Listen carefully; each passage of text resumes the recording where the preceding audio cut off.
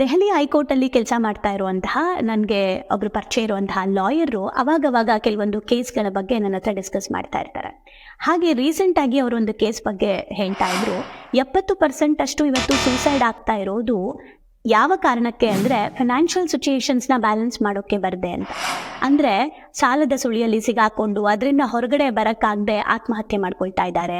ಹಾಗಾಗಿ ನೀವೇನು ಭಾವನಾತ್ಮಕ ಸಂಪತ್ತು ಮಾಡ್ತಾ ಇದ್ದೀರಾ, ನಿಜವಾಗ್ಲೂ ಇದರ ಅವಶ್ಯಕತೆ ಇದೆ. ಫಿನಾನ್ಷಿಯಲ್ ಲಿಟ್ರಸಿ ಕೊಡ್ತಾ ಇದ್ದೀರಾ ಭಾವನೆಗಳಿಗೊಂದು ಶಾಲೆಯಲ್ಲಿ, ಅದಕ್ಕೆ ನಿಮ್ಮ ಹತ್ರ ಹೇಳಬೇಕು ಅನ್ನಿಸ್ತು ಅಂತ ಅವ್ರು ನನಗೆ ಕಾಲ್ ಮಾಡಿದರು. ಆಗ ನಾನು ಯೋಚನೆ ಮಾಡಿದೆ, ಆ್ಯಕ್ಚುಲಿ ಫೈನಾನ್ಷಿಯಲಿ ಪ್ರಾಬ್ಲಮ್ಮಿಂದ ಅಲ್ಲ ಆತ್ಮಹತ್ಯೆ ಆಗ್ತಾ ಇರೋದು. ಆ ಪರಿಸ್ಥಿತಿಯನ್ನು ನಿಭಾಯಿಸೋಕೆ ನಮಗೆ ಬರ್ತಾ ಇಲ್ಲ, ಯಾಕಂದರೆ ನಾವು ಎಮೋಷ್ನಲಿ ವೀಕ್ ಇದ್ದೀವಿ. ಪರಿಸ್ಥಿತಿಗಳನ್ನು ನಿಭಾಯಿಸೋಕೆ ಬರದೆ ಆತ್ಮಹತ್ಯೆಗಳಾಗ್ತಾ ಇದೆ ಹೊರತು ಯಾವುದೋ ಪರಿಸ್ಥಿತಿಯಿಂದ ನಾವು ಆತ್ಮಹತ್ಯೆ ಮಾಡ್ಕೊಳ್ತಾ ಇಲ್ಲ, ಅದನ್ನು ನಿಭಾಯಿಸೋಕೆ ಬರದೆ ಮಾಡ್ಕೊಳ್ತಾ ಇದ್ದೀವಿ. ಇದೇ ಕಾರಣಕ್ಕೋಸ್ಕರನೇ ಭಾವನೆಗಳಿಗೊಂದು ಶಾಲೆ ಶುರುವಾಗಿರೋದು.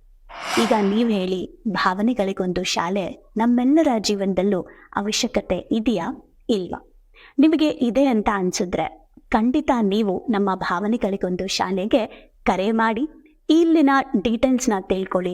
ನಿಜವಾಗ್ಲೂ ಇದು ನಿಮ್ಮ ಜೀವನಕ್ಕೆ ಬೇಕೇ ಬೇಕು ಅಂತ ಅನಿಸಿದ್ರೆ ಬನ್ನಿ, ನಮ್ಮ ಸ್ಕೂಲಲ್ಲಿ 1 ವರ್ಷದ ನಿಮ್ಮ ಜರ್ನಿಯನ್ನು ಮಾಡಿ.